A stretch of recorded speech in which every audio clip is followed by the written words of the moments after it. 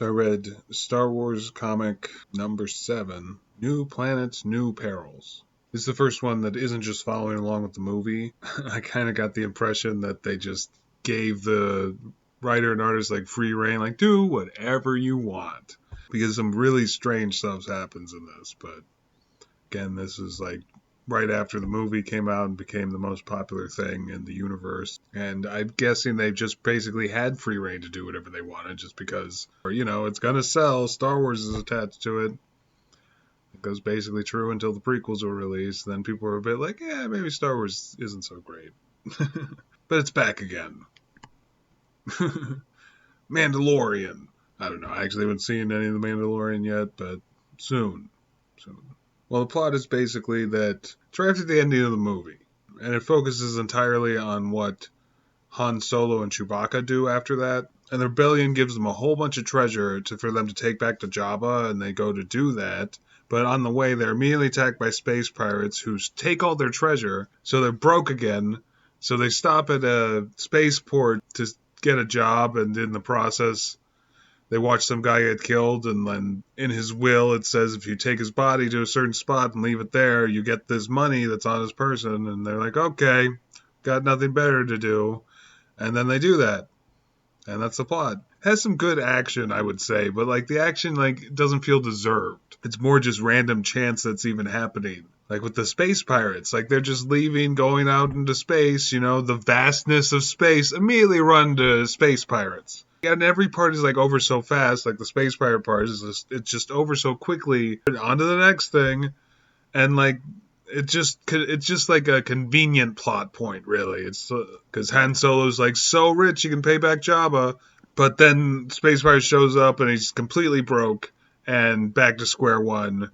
It's like nothing matters. I would say that this has a bit of the and then syndrome, which is when you're writing a story and it just goes, this happened, and then this happened, and then this happened, and, nothing coalesces, nothing, is bound together with plot points and stuff. It should be this happens because this happened, and then therefore this happens, it should kind of all go together.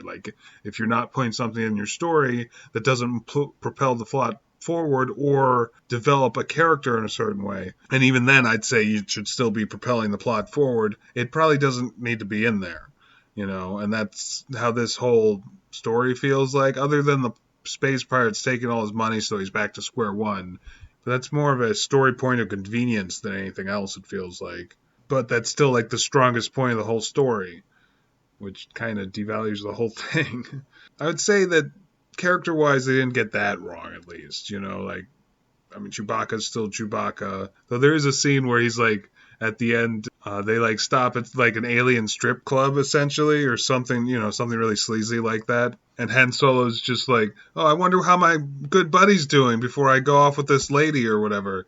And he glances back at Chewbacca and he's two alien women on his arm. They're not even Wookiees or anything. It's just two random alien women. I thought that was a little weird. Especially since we all know, having seen the Star Wars Christmas special, that Chewbacca's married and has a family. He's not going to cheat on Lumpy or whatever her name was. I don't remember any of their names. I think Lumpy was the kid. I don't remember. I haven't reviewed that one yet.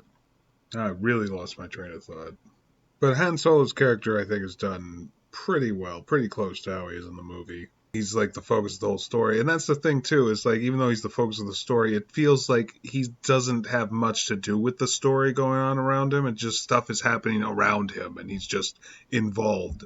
I'd say that the characterization of him is done well, but the story around him is not very good. And that's really too bad. Though most of the action wasn't deserved, or there wasn't any setup to it just happened. It was still pretty entertaining to read through and stuff. If it was if I was just rating on entertainment value alone, I'd say it's maybe a 7 or an 8, really. But just because the story was really weak and it was really lazy writing overall, I'd probably give it a 5. So how about a 6 just to be in between that? Because it was still fairly entertaining. 6.5. So that's 7 or 8. And then 6, yeah, whatever. 6. It's a 6. All right? Jesus.